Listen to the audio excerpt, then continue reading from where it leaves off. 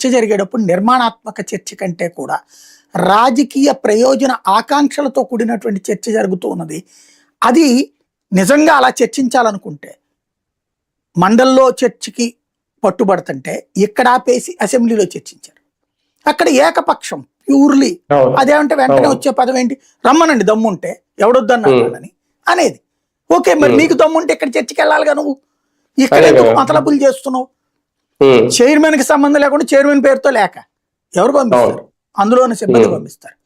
Chairman దబాయించడం. అదే ఇదివరకటి రోజుల్లో అప్పుడు ముస్లిం ఆయన చైర్మన్ ఉండేవాడు, గుర్తుంది కదా, అమరావతి. ఆయన ఏదన్నంటే మైనార్టీకి అన్యాయం. ఇప్పుడు మరి ఏంటంటే ఎస్సీకి అన్యాయం కదా. ఇక్కడ ఏంటి, బుల్డోజ్ చేస్తున్నారు వ్యవస్థను. ఎందుకని? వీళ్ళు మొదట డిఫెన్స్ లో పడ్డ మాట వాస్తవం. వైసీపీ వాడు ఎప్పుడైతే ఆ ఇందాపూర్ వచ్చిందో అక్కడి నుంచి వీళ్ళు అఫెన్స్ లోకి వెళ్ళారు. అక్కడి నుంచి డిఫెన్స్ లో పడ్డటువంటి టీడీపీ అఫెన్సివ్ స్టెప్ కోసం అని చెప్పేసి మీడియా, సోషల్ మీడియాను అడ్డు పెట్టి చేస్తున్న ప్రచారమే అసెంబ్లీ మండలి వేదికగా వ్యూహాలు ప్రతి వ్యూహాలు నడుస్తున్నాయి.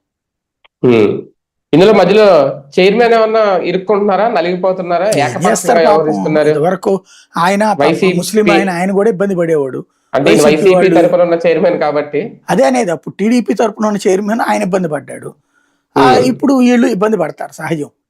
కాబట్టి ఏంటంటే అధికారంలో ఉన్నటువంటిది అక్కడ వాళ్ళు ప్రతిపక్షంలో ఉండి కూడా కంట్రోల్ చేశారు మండలిని. తెలుగుదేశం ప్రతిపక్షంలో ఉండి కూడా కంట్రోల్ చేశారు, గుర్తుంది కదా.